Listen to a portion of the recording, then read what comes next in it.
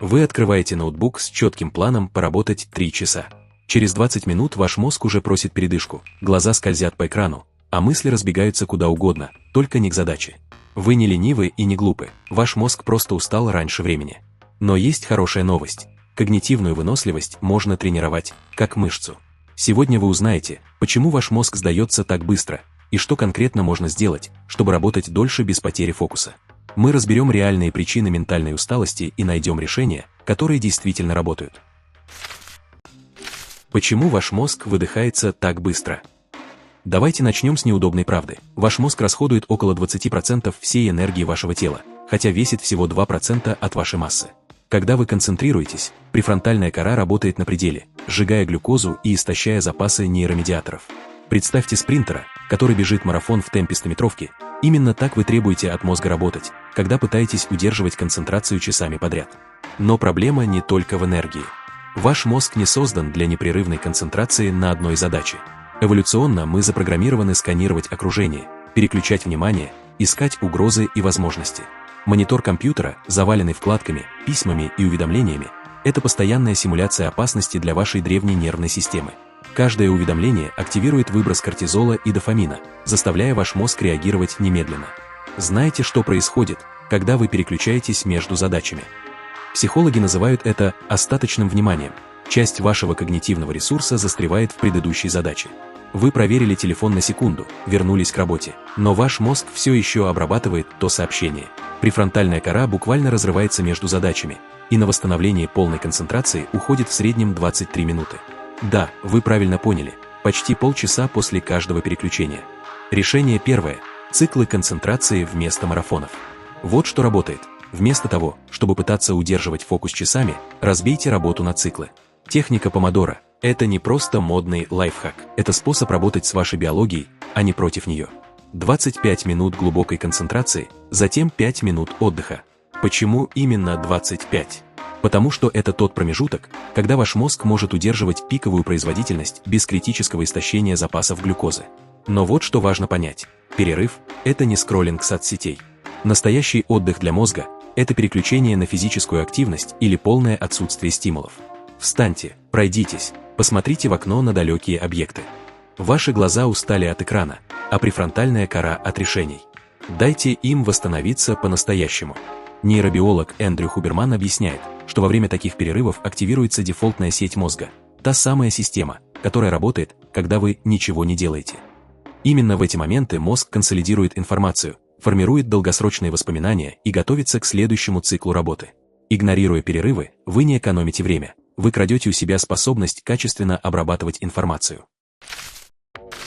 Ваш мозг задыхается без топлива.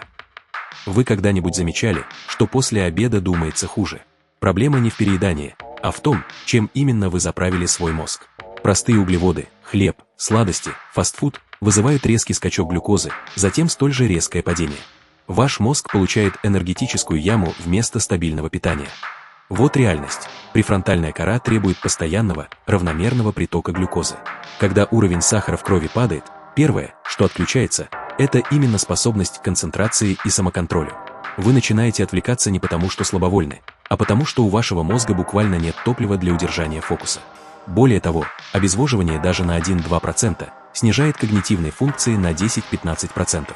Вода участвует в передаче электрических импульсов между нейронами. Без достаточного количества воды ваш мозг работает как смартфон с севшей батареей. Медленно, с задержками, с ошибками. Решение второе. Стабильная энергия для стабильной работы. Начните день с белка и полезных жиров вместо сладкой выпечки.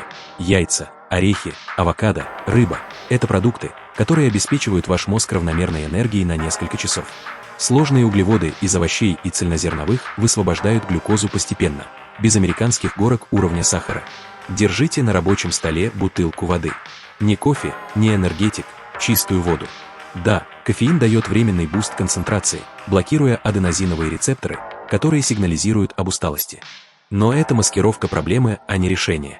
После того, как кофеин покинет систему, усталость накроет вас с удвоенной силой, потому что аденозин никуда не делся, он просто ждал своего часа. Вот простое правило. Пейте стакан воды каждый час работы. Если моча темная, вы обезвожены, и ваш мозг уже работает не на полную мощность. Если вы думаете, это слишком просто, чтобы работать, это и есть ваша ошибка. Иногда самые эффективные решения кажутся банальными. Хронический стресс убивает концентрацию. Вы пытаетесь сосредоточиться, а в голове крутятся тревожные мысли о дедлайнах, счетах, отношениях. Это не просто отвлечение, это кортизол, гормон стресса, который блокирует работу гиппокампа и префронтальной коры. Когда ваша нервная система находится в режиме «бей или беги», мозг физически не может выделять ресурсы на сложное мышление. Вся энергия уходит на выживание. Хронический стресс буквально сжимает префронтальную кору. МРТ-исследования показывают, что у людей с постоянным высоким уровнем кортизола объем серого вещества в этой области мозга уменьшается. Это не метафора, ваш стресс физически изменяет структуру мозга, делая концентрацию все более сложной задачей. И вот что важно понять. Ваш мозг не различает реальную угрозу и воображаемую. Тревога о том, что вы не успеете завершить проект, активирует те же нейронные пути, что и встреча с хищником. Миндалевидное тело, центр страха в мозге, захватывает контроль, и рациональное мышление отключается. Решение третье. Успокойте нервную систему. Глубокое дыхание – это прямое воздействие на блуждающий нерв, который регулирует вашу стрессовую реакцию. Дышите медленно. 4 секунды вдох, 4 секунды задержка, 6 секунд выдох. Не обязательно считать секунды, просто дышите по этим временным ощущениям. Повторите 5-10 раз. Это физиологически переводит вашу нервную систему из симпатического режима в парасимпатический, то есть из стресса в покой. Медитация осознанности показывает измеримые результаты уже через 8 недель регулярной практики. Томография мозга медитирующих людей демонстрирует увеличение плотности серого вещества в префронтальной коре и гиппокампе. Вы буквально отращиваете обратно те участки мозга, которые стресс сжал. Не нужны часы практики, начните с 10 минут в день. Физическая активность – это не просто разгрузка для тела, но и мощнейший антидепрессант для мозга. Упражнения стимулируют выработку BDNF, нейротрофического фактора мозга, белка, который буквально выращивает новые нейроны и укрепляет связи между ними. Даже 20 минут быстрой ходьбы повышают когнитивные функции на несколько часов вперед. Недосып делает вас когнитивным инвалидом. Вы спите 6 часов и думаете, что справляетесь нормально. Вот правда. После одной ночи с 6 часами сна, ваши когнитивные способности падают до уровня человека с 0,05% алкоголя в крови. После недели такого сна, вы работаете как человек, который не спал сутки. Но вот коварная часть. Вы перестаете замечать свою деградацию. Мозг адаптируется к хроническому недосыпу, понижая вашу самооценку своих способностей. Во время сна происходит критически важный процесс. Лимфатическая система мозга вымывает токсичные белки, накопленные за день. Без достаточного сна эти токсины остаются, нарушая работу нейронов. Концентрация становится невозможной не потому, что вы не стараетесь, а потому, что ваш мозг буквально загрязнен метаболическими отходами. Более того, недосып разрушает миелиновые оболочки нейронов, изоляцию, которая позволяет электрическим импульсам передаваться быстро и точно. Каждый раз, когда вы жертвуете сном ради работы, вы делаете свой мозг медленнее, не быстрее. Решение четвертое. Сон – это необходимость. 7-9 часов сна каждую ночь – это не рекомендация для слабаков, это биологическое требование для нормального функционирования мозга. Ложитесь и вставайте в одно и то же время, даже в выходные. Ваш циркадный ритм требует постоянства, как маятник часов. За час до сна – никаких экранов.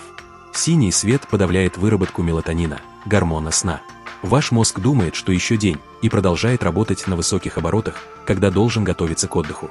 Если вам абсолютно необходимо смотреть в экран, используйте фильтры синего света, но лучше замените телефон на книгу. Температура в спальне должна быть прохладной, около 18 градусов. Ваше тело должно снизить температуру для глубокого сна, и прохладная комната помогает этому процессу. Полная темнота, тишина, удобный матрас – это базовая гигиена сна, которая напрямую влияет на вашу способность думать завтра. Цифровой шум разрушает фокус. Ваш смартфон лежит рядом лицом вверх. Экран загорается от уведомления. Вы не взяли телефон в руки, но ваш мозг уже дернулся в его сторону. Исследование Техасского университета показало шокирующий результат. Само присутствие смартфона в поле зрения снижает когнитивные способности, даже если вы его не используете. Даже выключенного. Потому что часть вашего внимания постоянно тратится на то, чтобы не смотреть на него. Вы переключаетесь между приложениями, окнами, вкладками десятки раз в час. Каждое переключение – это когнитивный штраф. Ваш мозг тратит энергию не на решение задачи, а на переориентацию. К концу дня вы выжаты, хотя реально не сделали ничего глубокого.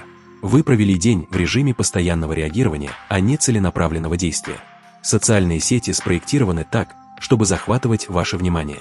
Алгоритмы работают на вас как на лабораторную крысу, выдавая непредсказуемые награды, лайки, комментарии, новый контент.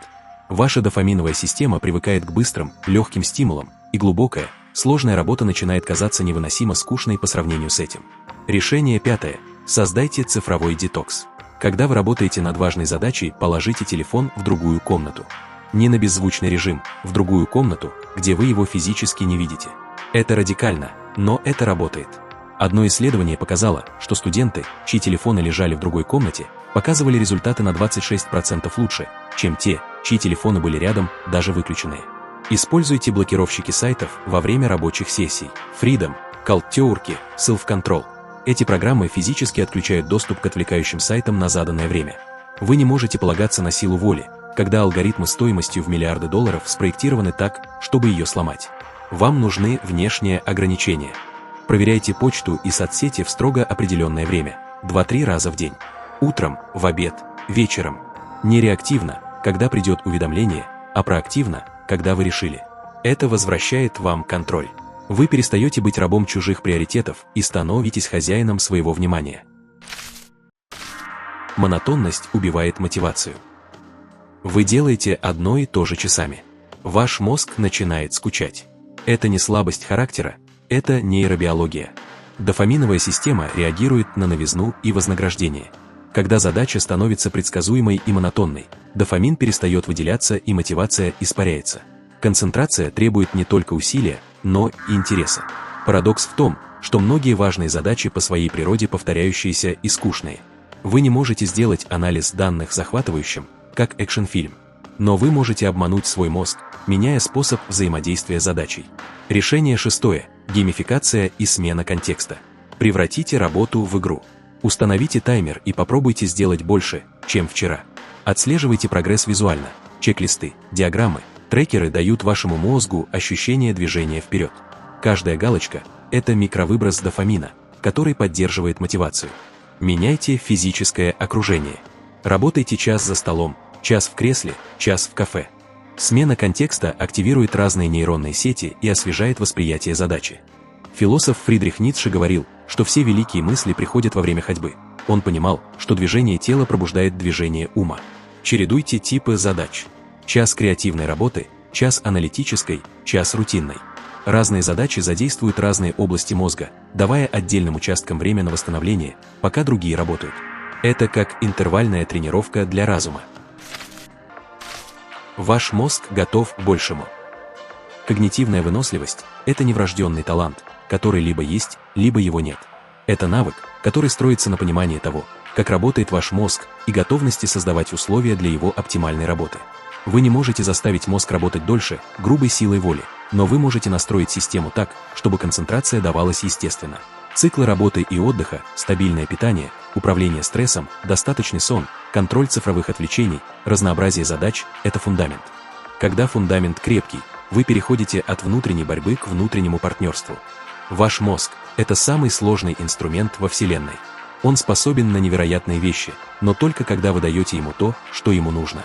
Топливо, отдых, защиту от перегрузок. Смысл в том, что вы делаете. Напишите в комментариях, какая из этих стратегий откликнулась вам больше всего. Что вы попробуете первым? И если вы боретесь с концентрацией, знайте, вы не одни. Поддержите тех, кто проходит через то же самое. Иногда знание, что другие справляются с той же проблемой, дает силы продолжать двигаться вперед.